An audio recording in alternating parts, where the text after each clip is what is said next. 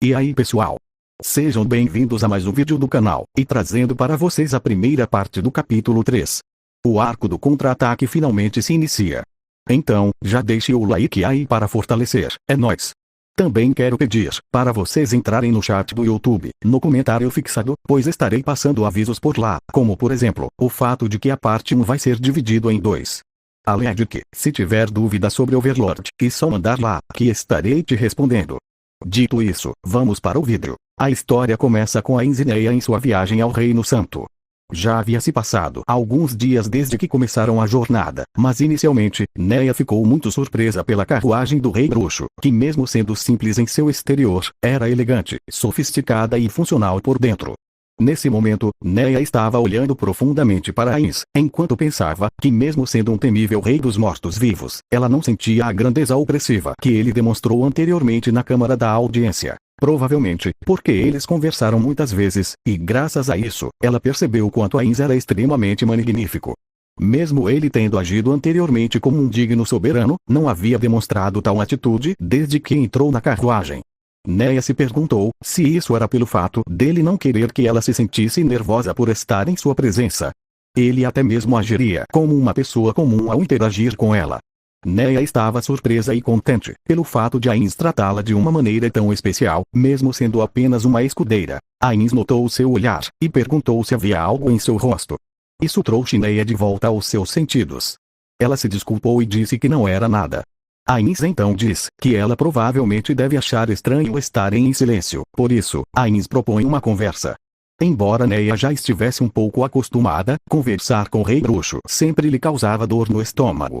Ele diz que não fez nenhuma pergunta pessoal anteriormente, por ainda não estarem familiarizados, e por isso, só agora, Ainz pediu para que Neia falasse mais sobre ela. Neia não tinha ideia do que falar, mas Ainz pergunta o motivo dela querer ser uma escudeira. Ela aceita, mesmo achando que não era um assunto interessante.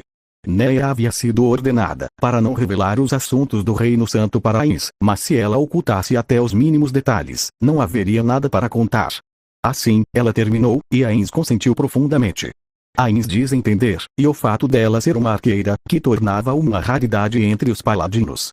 Mas Neia diz que não era muito orgulhosa de sua habilidade com arco, pelo fato de seu talento com ele ser simplesmente melhor do que com a espada. Além disso ser o motivo dela muitas vezes ser repreendida, para se concentrar mais em seus treinamentos com a espada. Ainz a aconselha, dizendo que Neia deveria aprimorar suas habilidades com arco, e deixar para as pessoas mais adequadas lidarem com a espada. Neia o agradeceu, e sentia que suas palavras eram sinceras. Ainz continua, dizendo estar envergonhado por ela ter o trabalho de cuidar dele, e o mesmo valia para os outros paladinos. Ele diz que a melhor forma de fazer uso de suas habilidades seria no exterior. Provavelmente está se referindo ao fato dela ser uma arqueira, caso tenha ficado confuso. Suas palavras gentis fizeram Neia olhar novamente para ele. Ela achava que isso era muito ruim para seu coração. Mesmo o Rei Bruxo estando no auge de seu país, e possuindo um poder esmagador, não agia de forma prepotente, e até abaixou sua cabeça para que ela pudesse olhar em seus olhos. Neia não sabia o que faria, se continuasse sendo mimada por Ainz. Ela então se acalmou, e diz que havia sido designada como sua assessora. Então, pediu para que ele não se importasse com isso, pois não havia trabalho mais importante do que auxiliar sua majestade. Ainz entendia esse fato, mas ainda assim gostaria de oferecer uma recompensa. Na verdade, Ainz já havia mencionado sobre o pagamento, mas Neia o havia recusado, e estava pensando em uma desculpa para recusar novamente, quando viu Ainz se curvar para ela. Ainz diz que às vezes não era bom receber presentes de um rei de outra nação, mas que pelo menos, desejava expressar sua gratidão verbalmente. Ele diz acreditar que a havia incomodado de várias maneiras, mas que ainda esperava estar aos seus cuidados. Neia não conseguia acreditar nisso, pois sabia que Ainz, sendo um rei instruído e sagaz, deveria saber o significado de se curvar. E mesmo assim ele havia se curvado para ela, uma pessoa comum, enquanto ela tentava se conter, para não ficar cheia de si, pois ela não se achava valiosa. Mas isso fez ela entender o quão magnânimo era o Rei Bruxo, tratando até mesmo um plebeu educadamente. Tecnicamente é verdade, pois Henry tá aí para comprovar, mas continuando.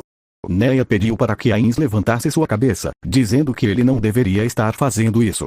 Ela dobrou um de seus joelhos, nos limites apertado da carruagem, e disse respeitosamente, que era de origem humilde, mas que até a missão de Sua Majestade no Reino Santo termine, ela iria servi-lo fielmente. E se curvou, enquanto ignorava o pensamento de que Ains não era o rei de sua nação. Mas Ains pediu para que ela levantasse sua cabeça, e que voltasse ao assunto anterior, já que eles ainda não haviam chegado ao seu destino. Ela confirma, dizendo que ainda não, e fala sobre o fato deles terem atravessado em segurança a parte da muralha em ruínas, graças ao poder de Sua Majestade. Além deles terem escolhido uma rota que dificilmente os descobriram, motivo pelo qual tornou a viagem mais demorada. Já que ainda tinham tempo, Ains pergunta o motivo dela querer se tornar um paladino. Dado seu talento com o arco, ela poderia muito bem ter escolhido outro caminho. E continua, perguntando se era pela justiça, ou pelo orgulho da nação. Ela responde que não, dizendo que sua mãe era uma paladina. Ains diz que entendia, e pergunta se ela ouviu algo sobre eles de sua mãe, ou se ela os admirava. Mas Neia responde que não. Pois era o contrário, sua mãe sempre disse para que ela não se tornasse uma paladina. Além do fato de sua mãe ser péssima na cozinha, e ter sido seu pai quem cozinhava, algo que Neia pensava ser normal em todas as famílias. Ains diz que ela deve ter sido uma boa mãe, por nunca tê-la impedido de se tornar uma paladina. Entretanto, Neia diz que não, pois quando falou para sua mãe que desejava se tornar uma escudeira, ela sacou sua espada, e falou que só iria permitir, se pudesse vencê-la. E o único motivo dela ter conseguido a permissão, foi graças a seu pai, que bloqueou desesperadamente os ataques. Pois, ela nunca teria conseguido, se tivesse lutado normalmente. Ains diz que devem ter sido uma boa família. Neia concorda, dizendo que mesmo seus vizinhos os olhassem estranhamente, eles ainda eram uma boa família. Mas Ains a pergunta novamente, o motivo dela querer ser uma paladina, além de, se ela nunca quis trilhar o mesmo caminho que seu pai, perguntando se ele era dono de casa. Neia responde, que seu pai era um soldado do reino, e que nunca desejou seguir os caminhos de seu pai, talvez por causa de seus olhos, que havia herdado dele. Olhos esse, que a fez passar por algumas dificuldades, tais como, seus amigos que sempre perguntava, o motivo pelo qual ela os olhava de tal forma, se ela estava brava com eles. Ela sempre se queixava disso com seu pai, e quando sua mãe ouvia sobre isso, ela até mesmo apanhava. Mas ela diz que, após se tornar uma escudeira, ela começou a pensar que seus olhos eram apenas um presente de seu pai. Com isso, Ains pergunta como seus pais estão. Mas Neia diz que seu pai morreu, no ataque de Jadalbaoth na fortaleza. E que não teve notícias de sua mãe, e nem sabia o que aconteceu, mas pelo fato de sua mãe ser uma pessoa que lutara até o fim, ela provavelmente morreu tentando proteger a cidade. Ains se desculpa por ter tocado nesse assunto, e se curva novamente. Neia pede para que Ains levante a cabeça, ou perguntando como ele poderia se curvar para alguém como ela.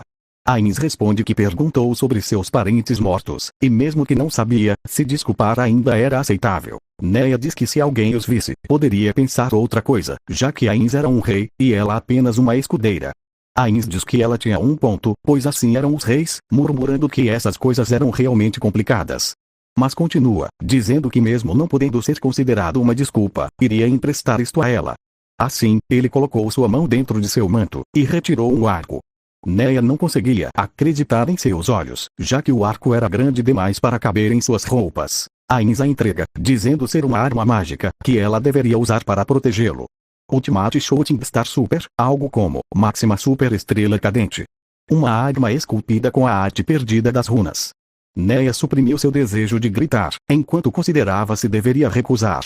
Pois, poderia muito bem ser um tesouro nacional do reino de Ains, já que era uma arma muito poderosa, de fato.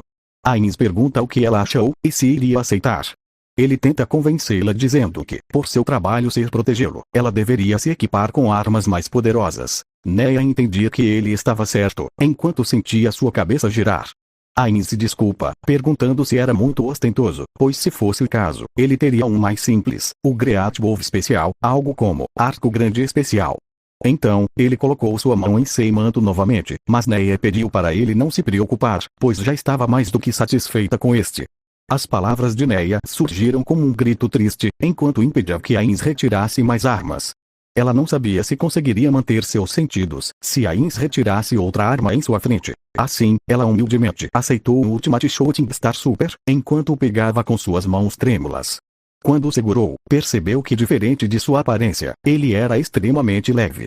Ela queria se tranquilizar, dizendo que não passava de um item luxuoso, mas ela até pensou que poderia muito bem ser mais poderoso do que a espada sagrada. Mas Ainz, humilde como sempre, diz que não era algo que valia a pena se orgulhar, e que se ela quisesse uma arma mais poderosa, era só avisá-lo. Neia achava que isso era muito ruim, ela não sabia o que poderia acontecer se uma escudeira portasse uma arma mais poderosa do que a pessoa de maior título de sua nação. Ela então agradeceu pela consideração de Ainz por alguém como ela. E enquanto ela sorria, para disfarçar seus pensamentos, Ainz pede para que se outras pessoas vissem, ela deveria dizer que ele a emprestou. Mas Neia pensava diferente, enquanto pensava se deveria esconder com um pano, para que ninguém pudesse ver. Mas que não poderia, por se tratar uma arma emprestada por sua majestade. E enquanto sua cabeça doía, ela também considera o que deveria fazer, se o arco fosse danificado, se perguntando se teria que pagar por ele. Mas ela deixa esses pensamentos de lado, e comenta sobre as estátuas de Ainz, que ela viu no portão. Ainz apenas respondeu com um som de entendimento. Mas sua voz era diferente da que ele usou anteriormente. Neia até se pergunta se cometeu algum erro, ou se não o elogiou bastante. Então ela continua, dizendo que elas não apenas mostravam a grandeza de sua majestade, como também seu poder. E finaliza dizendo que não tinham estátuas assim, no Reino Santo. Algo que não era mentira, já que era muito complicado refinar as técnicas, até conseguir o nível para reproduzir uma arte, de forma semelhante a algo vivo. Ainz responde, dizendo que seus subordinados costumam dizer isso. Então, Neia entendeu que Ainz não ficou surpreso, porque já tinha ouvido tais elogios. Ele continua, dizendo que seus subordinados planejam fazer estátuas como aquelas por toda a sua nação. Neia diz entender, pois era uma boa forma de espalhar a glória de sua majestade. Ainz olhou para Neia, com um pouco de surpresa. Ele diz que seus subordinados provavelmente se deixaram levar, pelo conceito de quanto maior, melhor. Neia o pergunta o motivo, e Ainz diz que a grandeza de um rei não é algo que possa ser mostrada com objetos físicos. Ouvir isso fez Neia ficar chocada. Ela se esqueceu do fato dele ser um morto-vivo, e começou a respeitá-lo verdadeiramente. Ele continua, e diz que declarar sua grandeza ao mundo, ao permitir que seu povo viva sem arrependimentos era uma questão diferente. Mas mostrar isso com estátuas, era um pouco. Bem, ele queria ser lembrado pela paz em seu governo. Neia o pergunta, por que ele sendo um morto-vivo, passa tanto tempo pensando nas pessoas? Pois ela achava que sua compaixão pelas massas não era um ato. Ainz diz que ele não passou muito tempo pensando nisso, mas deveria ser algo natural. Senso comum. Neia ficou novamente chocada, se perguntando se os reis eram pessoas tão incríveis, se a Santa Rainha e os nobres governavam com esses pensamentos em seus corações. Ou se foi por sua majestade ser um morto-vivo, que ele poderia pensar por essa perspectiva. Ela não conseguia pensar numa resposta. Mas Ainz finaliza, dizendo que se as estátuas fossem realmente centenas de metros, poderia ter queixas sobre coisas como não poder obter luz solar suficiente. Neia pensou que sua última frase não passou de uma piada, que só serviu para, mais uma vez, perfurar a humildade desse incrível monarca em seu coração.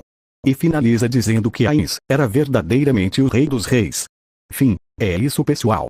Sim, não foi o fim da parte 1 do capítulo 3. Eu ainda vou lançar hoje, mesmo que seja à noite. Mas é isso, se gostou do vídeo, deixe o like, e me ajude na divulgação compartilhando o vídeo. Quero agradecer a todos que estão se inscrevendo no canal, pois o canal chegou aos 350 inscritos. Eu tinha uns 90 quando comecei a soltar vídeos esse ano, então aos 260 inscritos, muito obrigado mesmo pela sua inscrição, é nóis.